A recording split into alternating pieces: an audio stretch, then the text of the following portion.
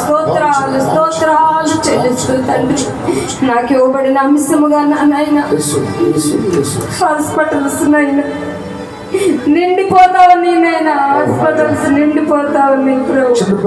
ఇళ్లలో కూడా ఉండలేని పరిస్థితుల్లో హాస్పిటల్ పట్టుకొని వెళ్ళి హాస్పిటల్ చుట్టూ తిరుగుతున్నారు ప్రభా. తండ్రి జ్ఞాపకం చేసి ఆర్థికంగా అప్పుల పాలైపోతా ఉన్నారు తండ్రి, కనికరించండి.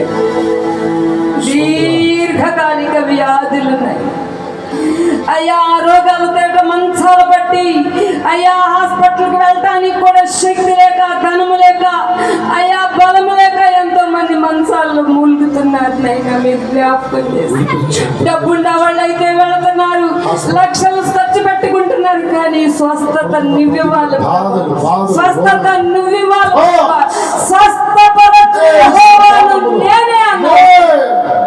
నీ వందనాలు, నీ కుమారుడు పొందిన గాయములు దెబ్బలు స్వస్థతకు కారణం కనుకనైనా ప్రతి వ్యక్తికి స్వస్థత మీరు జరిగించమని ప్రార్థన.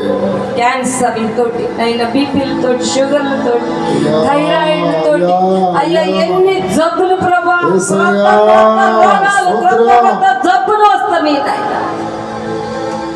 అయ్యా. ఎబోలా అనే రోగం మళ్ళీ బయటకు వస్తుందంట ప్రభా. అయ్యా నా తండ్రి నైనా కరోనాతో కోట్ల మంది మూట్లు గట్టబడి వెళ్ళిపోయారు. మరి ఏబోలా మీరు యేసు నామములో, ఏబోలాను యేసు నామములో తండ్రి మీకు స్తోత్రం. ప్రతి మానవుడి మీద కనికరించండి అయ్యా. సంపాదించే సంపాదన ప్రభు ఆహారాలకే సరిపోని పరిస్థితుల్లో నైనా, వర్షాలు లేక, గేదెలకు కూడా మేత లేక ప్రభు, ఆహారాలు లేక అల్లాడిపోతున్నారు ప్రభు. వర్షాన్ని మీరు పంపించండి. ఏలియా దేవుడా, ఆడున్న దేవుడు ఈనాడున్నావు కనుక నాయన అయ్యా, గాలి పెద్దగా వస్తుంది కానీ వర్షం పట్టలేదు ప్రభు. మేఘాలకు మీరు ఆజ్ఞాపించి చల్లని వాతావరణం ఇచ్చి చక్కని వర్షము కురిపించి మనుషులకు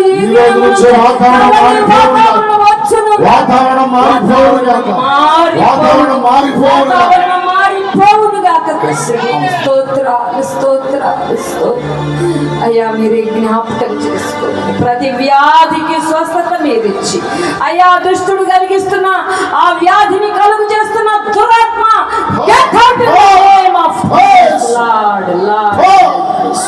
నీకే వందనాలు వందనాలు. ప్రతి ప్రార్థనకు మీరే జవాబిచ్చి మీరే మహిమ ఘనత ప్రభావములు పొందుకోమని నిజ దేవుడు రక్షకుడైన యేసు ప్రభు వారి అతి శ్రేష్టమైన ఉన్నతమైన ఘనమైన నామములోనే ఈ ప్రార్థన మనవులు అడిగి వేడుకొని పొంది ఉన్నాం మా పరమ తండ్రి. ఆమేన్. హాస్పిటల్లో ఉన్న ప్రతి రోగులను బాగు చేసి వ్యాధులన్నీ తొలగిస్తున్న దేవునికి స్తోత్రం జరిగిందా?